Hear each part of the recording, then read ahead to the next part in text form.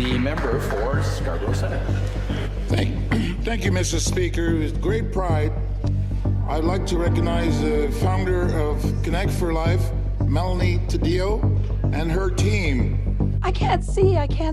Just saw the pressure behind my eyes. Very few of them actually bringing their dreams into reality. I couldn't see anything. They would never say it's because you're disabled, because that's against the law.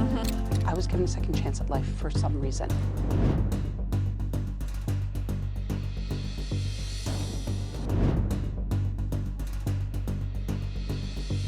My name is Melanie Taddeo, and I was born and raised in Mississauga, and everything I had done in my life was to be a teacher.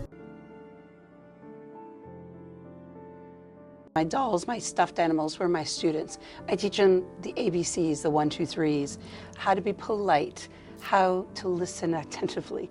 And the great thing is they never talk back. That doesn't really teach you about being a teacher. However, that was always my dream. And everything I did in my life was in preparation for that. All my volunteer work, I was a Sunday school teacher, a soccer coach. I worked as a nanny, a babysitter, anything to work with children.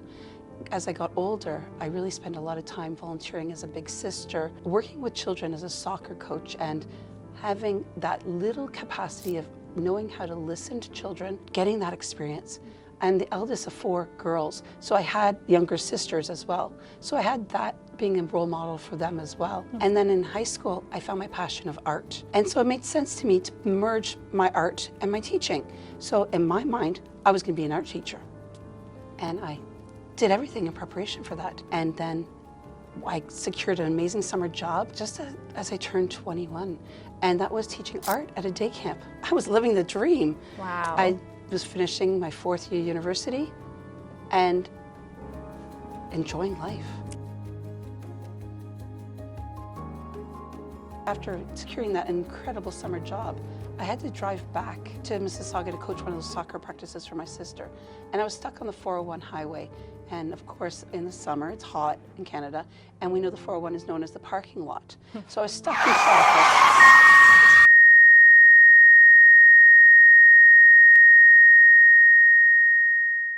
And I had a migraine come on. And all of a sudden, just like that, my life changed. I lost the sight in my left eye in the middle of the highway. I was completely paralyzed and legally blind. I was in a coma for 2 weeks, and my family was told to plan my funeral. My family said, "You don't know our daughter, she's stubborn." I like to say determined because it sounds so much nicer. And they're right, I guess I am stubborn, but I woke up with coma and I couldn't see anything and I couldn't move. So I had to learn how to do everything over from scratch. I had to learn to walk, learn to dress myself, learn to feed myself, and basically learn to do everything a child needs to do all over again. I started to have the headaches early in that year. So this Okay. time is July. So Okay. from say January to July. So about 6 months you did Yeah, go about back to the that. doctor. You Yeah. did have all of those symptoms All the tests, coming I in. had all the tests done, Okay. MRIs, CAT scans, nothing was showing.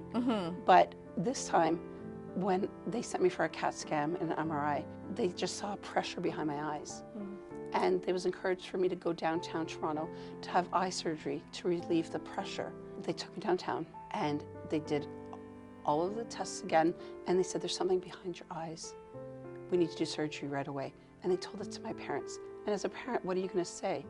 If this doctor says, if your daughter doesn't do it, she'll be blind for life. You're gonna make your daughter have the surgery. And so my parents begged me to sign the papers. And I said, I don't want them to touch my eyes. I don't want to touch my eyes. But I was daddy's girl. And I knew my parents knew it was best. So I signed the papers. And according to the doctors, when I woke up, I could see 20/20, but it was never there. And after that surgery, I was throwing up. I was lethargic. And they kept saying it was the anesthetic from the surgery. But again, cutbacks, they needed the hospital bed, so they sent me back to my parents' house to recover. So all the no's that you were getting, was there a particular reason they were giving, or was it like flat out? They would never say it's because you're disabled, because that's against the law. But they always say, "Oh, it's not us; it would be the parents." They wouldn't feel comfortable. But who better to teach your child with a disability that's Isn't that living? funny? Yeah. Wow. So I had to get innovative, and I had to think of how I could use my teaching abilities and do something to make a difference. And that's when I started Connect for Life. And this is the charity. I founded it 10 years ago to help individuals with disabilities to access education and training programs so nobody would face those no's or their naysayers like I did, to help people acquire the skills that they need to be independent, to achieve their dreams and goals like I did. Beautiful. And what's the meaning behind Connect for Life? Well, I figured we all have to connect with our passion. We need to connect with people, and we need to connect with whatever skills we need to be successful in life. So it's not just a small journey, it's a life journey. And so that's how I came up with Connect, the number 4, life.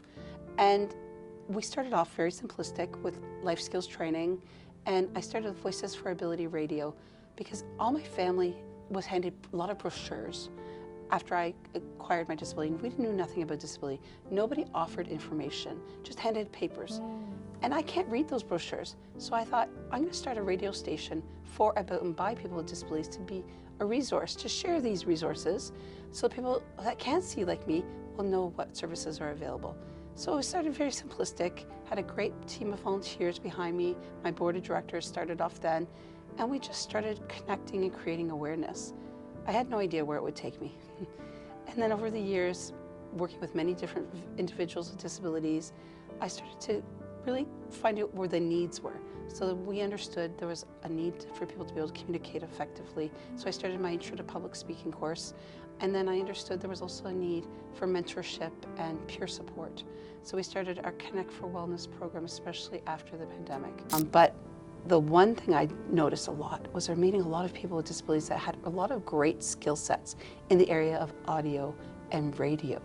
And they were amazing. They had such beautiful stories to share. So I thought, wouldn't it be great to get people to share their stories on Voices for Ability Radio? Well, Melanie, you better learn about how to do broadcasting and podcasting. So I did a lot of research and I contacted all the colleges and universities that had radio broadcasting programs and asked them a simple question. How many people in your programs do you have with disabilities? And they said none. None. And this was 2014. And why is that? Oh, it's too much time. We don't have the right accommodating support or equipment. But people did want to apply for these courses, people coming from what the similar people were backgrounds? telling me. And so I reached out to David Onley, who was Lieutenant Governor at that time. And I knew he had been the first broadcaster on City TV with a disability. I wanted to find out, what can I do? He's like, Melanie, if you could create a program to train people with disabilities in the area of broadcasting, you would be like setting a new standard. And I said, but isn't it sad that there has to be something separate? And there was nothing. There was nothing like that at the time. Nothing. Our program in Accessible Voice and Broadcasting is the first one in Canada like it. And it's a 20-week program where we train them the ins and outs, the very basics of radio broadcasting and podcasting. But all of the programs are accommodated to meet the needs of our clients.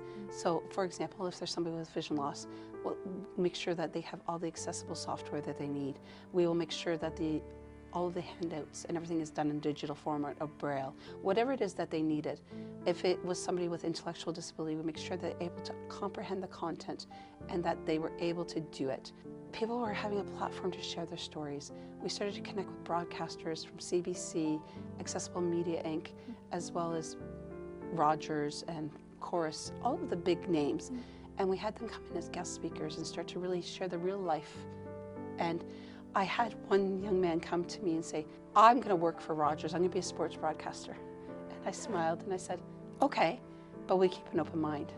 Anything's possible. Because I knew this now. Anything is possible when you put a mind to it. He's like, okay. We're a charity organization here located in Mississauga. We've been operating since 2012. Okay. And we seek to empower people living with disability. Okay. So one of the ways we try to do that is through providing them with resources. We have a life skills training program, and we're actually going to launch in September a pilot project with radio broadcast training. So now we're actually going to provide the training to, we have about 20 participants who are interested in it. That's amazing. And they will learn about radio broadcast training. And so you'll provide training through someone who has that background, that Yes, we understanding? have 2 trainers that have 30 years experience in the broadcasting field, as well as have taught at Humber and the others at Niagara College. wonderful. So we're really excited to be partnering with the Broadcast Training Center. They're giving us space and Port Credit to do it, and just very exciting because it's, again, empowering individuals with disabilities to learn a skill. Point here is not only that it's for people with disability, but it's run by people with disability. So the people doing the interviews and running the shows and giving the news and providing the weather forecast, whatever they are doing in the radio station is people with disability. All volunteer driven. with our radio station Voices for Ability, it's Yes. all done by people with some sort of disability, but also some other non-disabled people. Yeah. Wonderful volunteers. We have course. a great core bunch, and you know, it's amazing to see who comes on. They want to give back. An opportunity to have your own radio show, that's an amazing opportunity. So now what's the next stop? I hear something about Yes, South Africa. So let's go to yes. that point Okay, now. so of course we all know what happened during COVID. We're all locked in our houses. Well, Connect for Life still had to keep going on because our clients were depending on us. So we took our programs virtual. And so here I was teaching an accessible voice and broadcasting online. And my husband was at home watching what I was doing. And one day he said to me, Melanie, you need to do what you're doing in South Africa. And I laughed. I said, what? Why would people in South Africa want me to help them? He said, Melanie, there's a need. I said, really? So I did some research. Now my husband's from Africa and he was well aware of the need there. And he enticed me and said, if you can connect with 10 people to do meetings and learn about what the needs are, I'll take you to Africa. I was sold. Another incentive. I would do it. And I connected with so many amazing people. And I did a lot of virtual calls, zooming in and out because I could now freedom, to have conversations with people with disabilities in South Africa, educators, to find out what the real sense of the need was there. And they educated me. And I kept saying to them, you guys are the experts there, not me. Please let me know what it's like there. And I set up way more than 10 meetings, and when we went, he took me, he's a man of his word, my husband, he took me to South Africa in 2023 in January for 3 weeks. I got to do all the touristy things. I went to Robben Island, got to walk and run with the lions, had a cheetah lick my arm, but I got to visit the schools. And in South Africa, it's not inclusive education like it is here in Canada. There's separate schools for learners with disabilities. And it was amazing to go and meet these vibrant children with various disabilities just trying to survive. And it was surprising to learn that educators were not trained to work with learners with disabilities. Really? Yeah. And so after many conversations with organizations doing work in South Africa for individuals with disabilities, I asked questions. Where are the gaps? And again, the barriers are the same that we face here in Canada. Lack of employment opportunities for people with disabilities, lack of access to resources, cost of living, home housing, and again, the stigma about disability. People seeing you for your disability, not your abilities. And after I left those 3 weeks, my life changed. And I said to my husband, we have to go back. We need to go back. I need to understand more. So we went back again later in 2023 for 4 months. And I stayed there and I learned and I immersed myself into the culture. I met with many people with disabilities. I asked questions, trying to understand from their perspective. I didn't want to be the person going and saying, I'm going to change the world, because that's not me. They're the experts. They're the ones with the lived experience. But I could share my experience and my expertise and what I had learned from my journey to help empower them. And I noticed and identified a gap, lack of skill development in South Africa for people after they leave high school. And with the unemployment rate so high in South Africa, not just for people with disabilities, but for every youth, I thought this was a beautiful opportunity to create awareness and to create an inclusive community where people of all abilities could come together, work together, learn a skill set, a skill development, and be certified to then decide what it is they want to do with those skills, be an entrepreneur, start their own business, learn their skills and go back to their communities and give back to their communities. So that was my dream. I created this beautiful business plan of starting something, and I shared it with departments of education, the organizations there. I said, it's this of interest? And oh my gosh, yes, you need to talk to the government. And I did that. And they said, this will be amazing. You need to start a not-for-profit in South Africa. I really wanted to start my own podcast, but had no idea how to go about it. Luckily, a friend told me about this amazing program, and I decided to give it a try. Accessible voice and broadcasting program that I'm currently taking right now. And I just want to talk about it and say that it's a really great opportunity for people with differences and disabilities. Helpful program, and if you are thinking of doing your own podcast, radio program, and like me, you had no experience, then this course is perfect for you. By doing that, my confidence has grown and my self-esteem has gotten better without my realizing it. Melanie motivates, but also provides opportunities to develop, even though it might seem a bit much at times. I have given an icebreaker speech in Toastmasters, and I have kept on top of the news and learned a lot about how to summarize my thoughts. Melanie, what has she done for me? I can't really count, to be honest with you, Tanya. Just the impact that lady has had. Now, this is going to be probably a little difficult for some folks to understand, saying the impact that lady has had, but it's been stuff that I've done, and I don't think I would have done it without talking to Melanie, without having her in my corner saying, no, you're doing this, what are you doing? And not just backing me up there, but also calling me out. Well, you said you were doing this, where is it? Right? Because we all get behind on things. Things get forgotten about, stuff like that. And Melanie just has this innate ability to pull the best out of people. And the more effort you make with the effort that Melanie puts in, the better your results. That's all it comes down to. These programs, they are hard. It's not something easy that you can just sit and you're that's it, you're going to breeze through.